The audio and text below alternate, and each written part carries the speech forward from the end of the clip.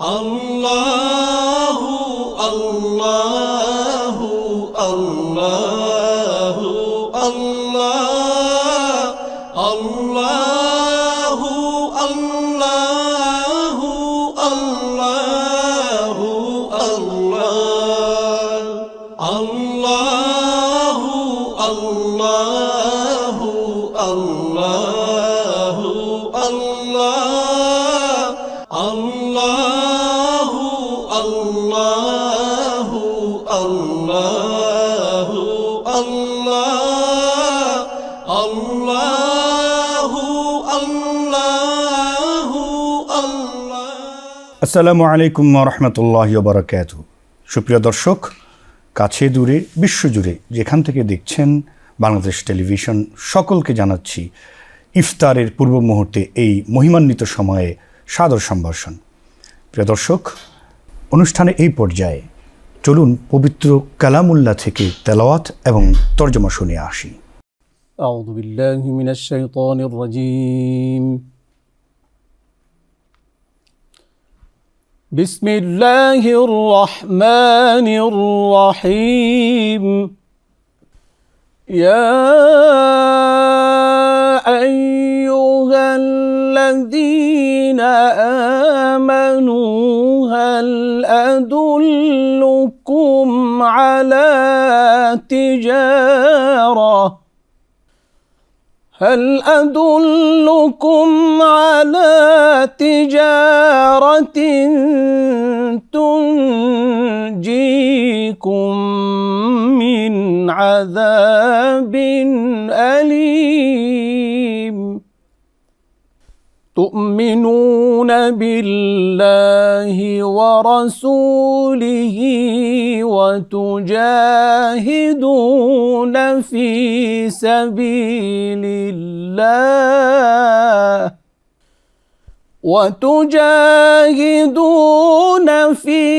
سبيل الله بأموالكم وأنفسكم ذلكم خير لكم إن كنتم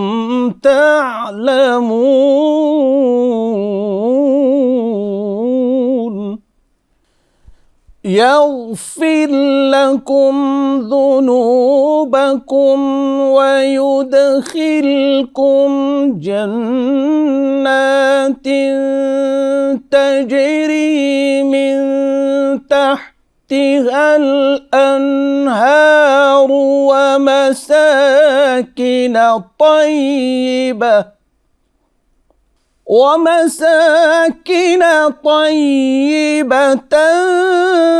في جنات عدن ذلك الفوز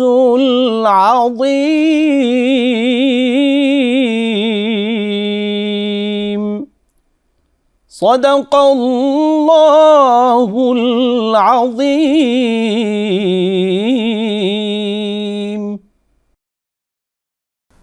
সূরা সফ আয়াত 10 থেকে 12। হে মুমিনগণ, আমি কি তোমাদিগকে এমন এক বাণিজ্যের সন্ধান দিব যাহা তোমাদিগকে রক্ষা করিবে মর্মন্তুদ শাস্তি হইতে? উহা এই যে তোমরা আল্লাহ ও তাঁহার রাসূলে বিশ্বাস স্থাপন করিবে এবং তোমাদের ধন সম্পদ ও জীবন দ্বারা আল্লাহর পথে জিহাদ করিবে। ইহাই তোমাদের জন্য শ্রেয় যদি তোমরা জানিতে। আল্লাহ তোমাদের পাপ ক্ষমা করিয়া দিবেন এবং তোমাদিগকে দাখিল করিবেন জান্নাতে, যাহার পাদদেশে নদী প্রবাহিত, এবং স্থায়ী জান্নাতের উত্তম বাসগৃহে। ইহাই মহা সাফল্য। আলহামদুলিল্লাহ, আমরা কোরআনের তেলাওয়াত শুনলাম। কোরআনের তেলাওয়াত যতই আমরা শুনি ততই ঈমান আরও পরিপক্ক, আরও সুদৃঢ় হয়। আলহামদুলিল্লাহ, আমরা এই তর্জমাকৃত তেলাওয়াতকৃত আয়াতের তাফসীর উপস্থাপন করতে চাই এবং এই তাফসীর পেশ করবেন বরেণ্য আলেমে দ্বীন উস্তাদুল আসাতিজা ডক্টর শাহজাহান মাদানী হাফিজাহুল্লাহ। আল্লাহ রাব্বুল আলামিন বলতেছেন, ইয়া আইয়ুহাল্লাযীনা আমানু হাল আদুল্লুকুম আলা তিজারাতিন তুনজিকুম মিন আযাবিন আলীম তুমিনুনা বিল্লাহি ওয়া রাসূলিহি ওয়া তুজাহিদুনা ফী সাবিলিল্লাহি বিআমওয়ালিকুম ওয়া আনফুসিকুম ইলা আখিরিল আয়া। এখানে আল্লাহ রাব্বুল আলামিন দুনিয়ার সকল জায়গার সকল স্থানের মুমিনদেরকে খেতাব করে, মুমিনদেরকে উদ্দেশ্য করে বলছেন, ইয়া আইয়ুহাল্লাযীনা আমানু। যদিও এই আয়াতের মধ্যে মুমিনদেরকে খেতাব করা হয়েছে, আসলে এটার উদ্দেশ্য হচ্ছে সারা বিশ্বের যত মানুষ আছে মুমিন সহ সবাইকেই আল্লাহ পাকের উদ্দেশ্য। কিন্তু যেহেতু মুমিনরা কোরআনুল কারীমের উপরে আমল করে, কোরআনের নির্দেশিকা মেনে চলে, এই কারণে এখানে আল্লাহ রাব্বুল আলামিন আমানু বলেছেন, যে ইয়া আইয়ুহাল্লাযীনা আমানু। আর সাধারণত মন থেকে কোরআনকে গ্রহণ করে নেয় মুমিনরা, আর গায়রে মুমিন যারা আছে, অমুমিন যারা, অমুসলিম যারা, তারা কোরআন থেকে ফায়দা নেয় ঠিক, কিন্তু সেটার গভীরে গিয়ে আমল করার সেই মানসিকতা নিয়ে আমল করে না। এই কারণেই আল্লাহ রাব্বুল আলামিন ইয়া আইয়ুহাল্লাযীনা আমানু বলেছেন। এক। দ্বিতীয় নম্বরের কথা হচ্ছে, এখানে আল্লাহ রাব্বুল আলামিন চমৎকারভাবে প্রশ্নবোধক করে একটা প্রশ্ন করেছে, হাল আদুল্লুকুম, আমি কি তোমাদেরকে দেখিয়ে দেব না, জানিয়ে দিব না, পথ দেখাবো না? কিসের? আলা তিজারাতিন, ব্যবসার উপরে। এই ব্যবসাটা দুনিয়াবি ব্যবসাও হতে পারে, পরকালীন ব্যবসাও হতে পারে। এটা দুনিয়ার নাজ ও নেয়ামত এবং দুনিয়ার সম্পদ, এই ব্যাপারেও ব্যবসা হতে পারে। আবার দ্বীনি যে চেতনা, যে ঈমান বিল্লাহ, ঈমান বির রাসূল, এগুলো হতে পারে। দুনিয়ার ব্যাপারে, সম্পদের ব্যাপারে যে ব্যবসাটা, সেটা তো লাভ লোকসান সম্পর্কে দুনিয়ার সব মানুষই বুঝে। কোনটা করলে লাভ হবে, কোনটা করলে ক্ষতি হবে, এটা ভালো করে সবাই জানে। কিন্তু পরকালীন যে ব্যবসা, অর্থাৎ ঈমান বিল্লাহ, ঈমান বির রাসূল, ঈমান বিল মালাইকা সহ ঈমানের যে স্তম্ভগুলো আছে, সেগুলোর মধ্যে কি লাভ হবে, কি লোকসান হবে, এটা অনেকেই জানে না। এমনকি অনেক শিক্ষিত ব্যক্তিরাও পর্যন্ত এটার ক্ষেত্রে অনেক কিছু অজ্ঞতা তাদের মধ্যে কাজ করছে। এ কারণে আল্লাহ পাক বলতেছেন একবারে ইন্ডিকেট করে, যে তোমরা তুমিনুনা বিল্লাহ, তোমরা আল্লাহর প্রতি বিশ্বাস স্থাপন করবে। এটা হলো প্রথম নম্বরের ব্যবসায়ী পণ্য। যদি আল্লাহর প্রতি বিশ্বাসই না থাকে, তাহলে পরকালীন যে ব্যবসাটা, যেখানে আমাদের অনেক একেবারে অনন্তকালের জন্য আমরা লাভবান হব, সেটার মূল চাবিকাঠি হলো আল্লাহর উপরে বিশ্বাস, যে তোমরা ঈমান আনবে আল্লাহর প্রতি। অর্থাৎ আল্লাহ সৃষ্টি করেছেন, আল্লাহ এই বিশ্বের মালিক, সব কিছুর মালিক, সার্বভৌমত্বের মালিক। অতএব তাকে আগে বিশ্বাস করতে হবে যে তিনি স্রষ্টা, তিনি মালিক, তিনি আমাদের রেজেকদাতা, তিনি আমাদের এই ব্যবসায়ী পণ্য যা আছে দুনিয়াতে, এগুলো সৃষ্টি তিনি করেছেন, এবং এগুলো নড়াচড়া করে আমরা আমাদের জীবনটাকে পরিচালনা করব। এই জন্যই এখানে বলা হয়েছে। এ কারণে সর্বপ্রথম ঈমান বিল্লাহ। এরপরে বলা হয়েছে তুমিনুনা বিল্লাহি ওয়া রাসূলিহি, যেই রাসূলের মাধ্যমে আমরা দ্বীন পেয়েছি, যেই রাসূলের মাধ্যমে আল্লাহ রাব্বুল আলামিন আমাদেরকে দ্বীন দিয়েছেন, আমাদেরকে আল কোরআনুল কারীম দিয়েছেন, আমাদেরকে দ্বীনের সকল দিক ও বিভাগগুলোকে পরিচয় করে দিয়েছেন, সেই রাসূলকে আল্লাহ রাব্বুল আলামিনের পরপরই বিশ্বাস করতে হবে যে তিনি আল্লাহর প্রেরিত একজন রাসূলকে বিশ্বাস করতে হবে। এটা হচ্ছে ঈমান বিল্লাহর পরপরই।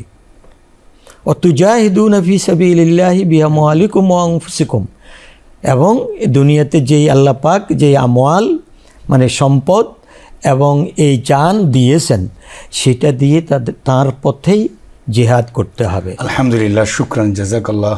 উস্তাজ চমৎকার বলেছেন। এবং সুপ্রিয় দর্শক, আমরা উস্তাদের যে তাফসীর থেকে জানতে পারলাম যে এখানে আমাদের আসলে এমন তেজারা করতে হবে, যেই তেজারার লাভটা ভোগ করব আমরা পরকালে অনন্ত জীবনে। আল্লাহ যেন আমাদেরকে সে আখিরাতমুখী হওয়ার তৌফিক যেন দান করেন। প্রিয় দর্শক, এখন আমরা এই আয়াতুল কারীমার মধ্যে আমরা পেয়েছি তিজারা, ব্যবসার কথা। আমরা এ প্রসঙ্গে আলোচনা শুনব মুফতি মাওলানা বদিউল আলম সরকার আপনার কাছে। এই যে ওস্তাদ আলোচনা করলেন তাফসীরের মধ্যে যে আল্লাহ পাক ব্যবসার কথা বলেছেন, এই যে জাগতিক যে ব্যবসা, এই ব্যবসা বিষয়ে আল্লাহ পাক এবং নবী সাল্লাল্লাহু আলাইহি সাল্লামের সুন্নাতে আমরা কি নির্দেশনা পাই, আপনি যদি এই বিষয়ে আমাদের দর্শকদেরকে বলেন। আসলে মানুষের জীবনের একটি অন্যতম পাঠ হচ্ছে ব্যবসা। মানুষ এক একজনে এক একটা বিষয়কে অবলম্বন করে তার জীবন যাপন করে থাকে, কিন্তু ব্যবসার সাথে প্রত্যেকটি মানুষ জড়িত। কেউ শিক্ষক, কেউ চাকরিজীবী, কেউ বা বিভিন্নভাবে বিভিন্ন কাজে জড়িত, কিন্তু প্রত্যেকেই ব্যবসার সাথে জড়িত। সেই জন্য ব্যবসাটা এত বেশি গুরুত্বপূর্ণ যে আল্লাহ পাক কোরআনে কারিমের মধ্যে ব্যবসার কথা বলে হাল আদুল্লুকুম আলা তিজারা। সেই জন্য ব্যবসার ব্যাপারে একটা নীতিমালাও আল্লাহ সুবহানাহু ওয়া তাআলা উল্লেখ করেছেন। তিনি বলেছেন আহাল্লাল্লাহুল বাইআ ওয়া হাররামার রিবা। আল্লাহ পাক ব্যবসাকে হালাল করে দিয়েছেন, সুদকে হারাম করে দিয়েছেন। ব্যবসা এক জিনিস, সুদ আলাদা জিনিস। ব্যবসা যেটা পরস্পর সম্মতির ভিত্তিতে মানুষ করে থাকে, সেজন্য আল্লাহ সুবহানাহু ওয়া তাআলা কোরআনে কারীমের মধ্যে বলেছেন যে ইয়া আইয়ুহাল্লাযীনা আমানু লা তাকুলু আমওয়ালাকুম বাইনাকুম বিল বাতিল ইল্লা আন তাকুনা তিজারাতান আন তারাদিন মিনকুম। সুবহানাল্লাহ। ইসলামের নীতিমালা হচ্ছে ব্যবসা, এখানে সুদ কখনোই হবে না। আর ব্যবসার মধ্যে হাজার ধরনের ব্যবসা। সুদ হারাম কেন আল্লাহ রাব্বুল আলামিন হারাম করেছেন, এটার পিছনে কি কারণ? আসলে সুদ যেটা মানুষের মধ্যে যে আস্থা থাকে, মানুষের মাঝে যে ভালোবাসা থাকে, সুদের মাধ্যমে এটা প্রথম কারণ হচ্ছে এটা। সুদের মাধ্যমে একজন মানুষের ক্ষতি করা হয়, তার উপকার করা হয় না। সেই জন্য আল্লাহ পাক বলেছেন ইয়ামহাকুল্লাহু রিবা, আল্লাহ সুদকে ধ্বংস করেছেন। সুদের মাধ্যমে জুলুম প্রতিষ্ঠিত হয়, সুদের মাধ্যমে সমাজের মধ্যে বৈষম্য তৈরি হয়, সুদের মাধ্যমে নির্যাতনের শিকার হয়, সুদের মাধ্যমে মানুষ নিঃস্ব হয়ে যায়। সেজন্য আল্লাহ সুবহানাহু ওয়া তাআলা সুদকে নিষেধ করেছেন। আমরা যে ব্যবসার কথা বলি, আমাদের ব্যবসায়ী ভাইরা, অবশ্যই ব্যবসাটা হালাল, কিন্তু ব্যবসার মধ্যে কয়েকটা জিনিস থাকা যাবে না। আল গুবন, এর মধ্যে কোনো ধোঁকা প্রতারণা থাকা যাবে না, এর মধ্যে কোনো প্রকার অস্পষ্টতা থাকা যাবে না। মানুষকে প্রতারণা এবং অধিক মুনাফার জন্যে মাল আটকে রেখে গুদামজাত করে দাম বাড়িয়ে দেওয়া, এটা ইসলাম নিষেধ। আপনি জানেন যে প্রতি বছরই কিন্তু আমাদের যখন রমাদান আসে বা একেবারে প্রান্তিক লেভেলের মধ্যে ব্যবসায়ীরা পণ্যের দাম বাড়িয়ে, অথচ মধ্যপ্রাচ্য সহ বিভিন্ন দেশে আমরা জানি রমাদান উপলক্ষে বিশেষ ছাড় দেওয়া হয়। তাদের উদ্দেশ্যে আপনি কি নাসিহত করবেন? এটাই আমি বলছিলাম যে রমাদান উপলক্ষে একজন মানুষ, রমজান হচ্ছে শাহরুল মুয়াসাত, পরস্পর সহযোগিতা সহমর্মিতার মাস। হযরত সালমান আল ফারসি রাদিয়াল্লাহু তাআলা আনহু ওয়ারদানা থেকে হাদিস, তো অনেক বড় হাদিস। এই সহযোগিতার পরিবর্তে এই দাম বৃদ্ধি করে তার উপর জুলুম করা হলো, তাকে কষ্ট দেওয়া হলো। ইদাউল মুসলিমে হারামুন, এটা স্বতঃসিদ্ধ একটি মাসালা এবং উসুল শরীয়তের, যে মুমিনকে, মুসলমানকে, অন্য ভাইকে কষ্ট দেওয়া, এটা হচ্ছে হারাম। এই যে দাম বৃদ্ধি করে দেওয়া মাহে রমাদানে, এটা একটা জুলুম, এবং এটা হাদিস এবং কোরআনের, ইসলামের নীতিমালার সম্পূর্ণ বিপরীত। হাদিসের মধ্যে এসেছে সালমান আল ফারসি রাদিয়াল্লাহু তাআলা আনহু ওয়ারদানের হাদিস, ও হুয়া শাহরুল মুয়াসাত, এই মাস হচ্ছে সহযোগিতা সহমর্মিতার মাস।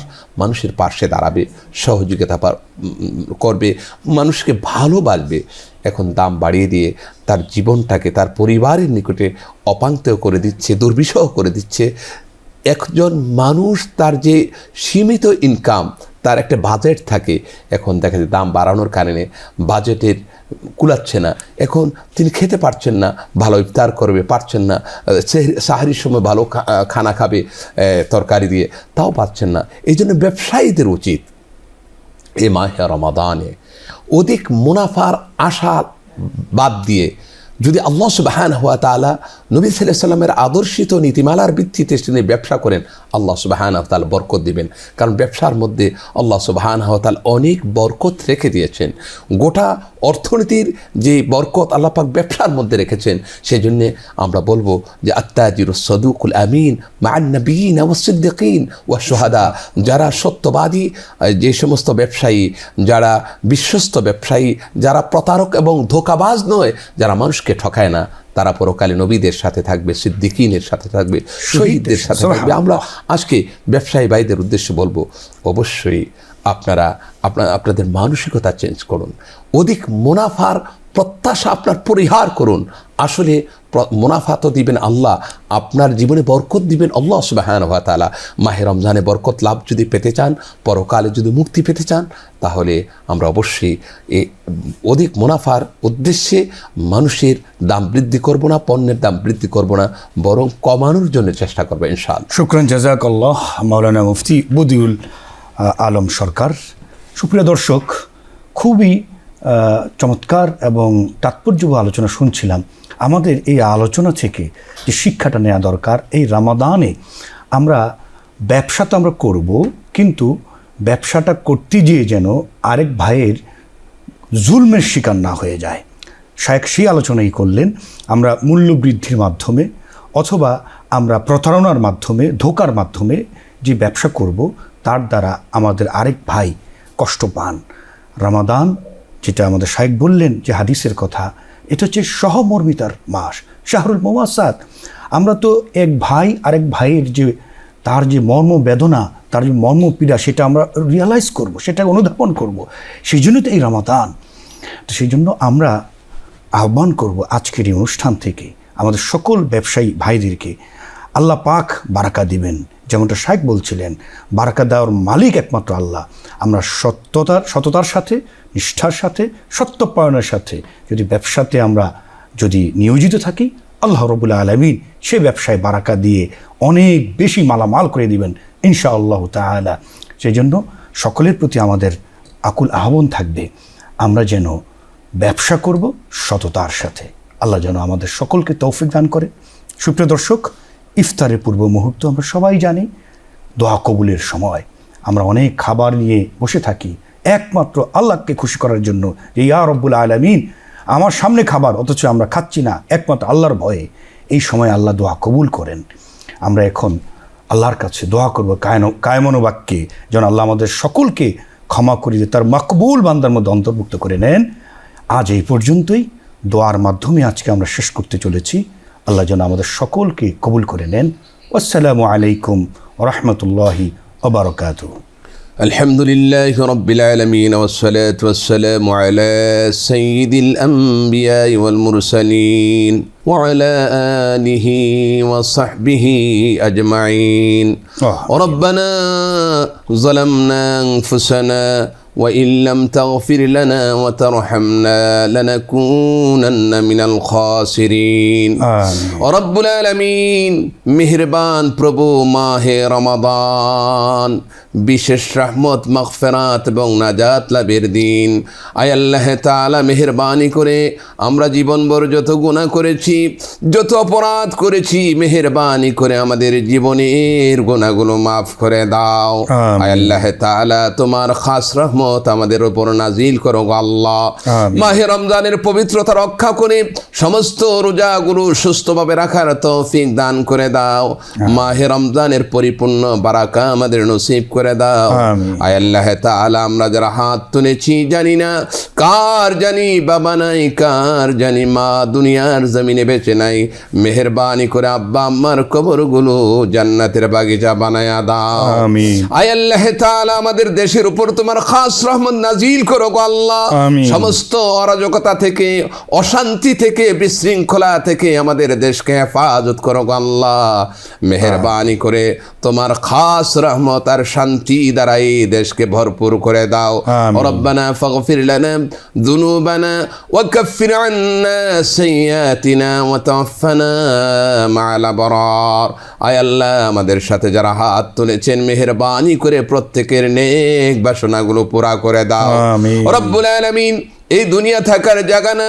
দুনিয়া থেকে যখন বিদায় হয়ে যাব, মালাকুল মউত যখন সামনে হাজির হয়ে যাবে, ঈমানের সাথে আমাদের মৃত্যু কবুল করিও। আমিন। মৃত্যুর সময় আমাদের জবানে জারি করে দিও লা ইলাহা ইল্লাল্লাহু মুহাম্মাদুর রাসূলুল্লাহ।